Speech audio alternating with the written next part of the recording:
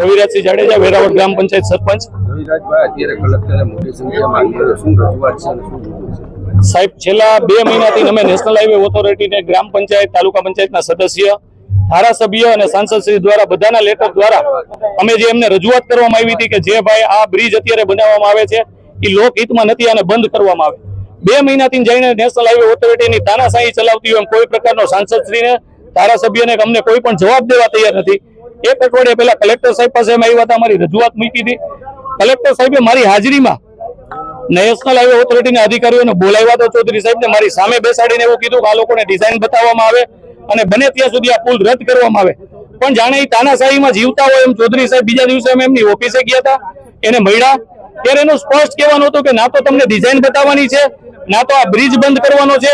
તમારે ત્યાં જે થતું હોય તમે કરો, અને આ બ્રિજ બંધ કરાવવા માટે તમારે દિલ્હી રજૂઆત કરવી પડે તો અમે દિલ્હી જવા તૈયાર છીએ.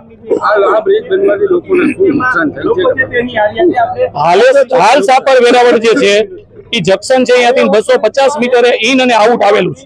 ઉતરવા અને ચડવા માટેનું કટઅપ આવેલું છે. આ બ્રિજ ઓવરલેપિંગ કરીને સીતારામાના મંદિર એટલે 2.5 કિલોમીટર દૂર અમને ઇન આઉટ આપવામાં આવે છે, જેથી કરીને અત્યારે ટ્રાફિકની જે સમસ્યા છે એ દિનમાં વધારો થાય એમ છે.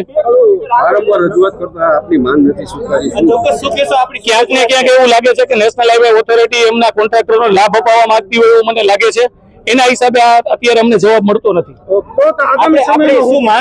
આગામી સમયમાં અમારે કલેક્ટર સાહેબને આવેદન આપીને એમાં સ્પષ્ટ લખેલું છે કે અઠવાડિયામાં આનું નિવારણ નહીં આવે, આ પુલ બંધ નહીં થાય તો અનશન આંદોલન કરશું અને નહીં થાય તો અહીંયાથી દિલ્હી કૂચ કરશું.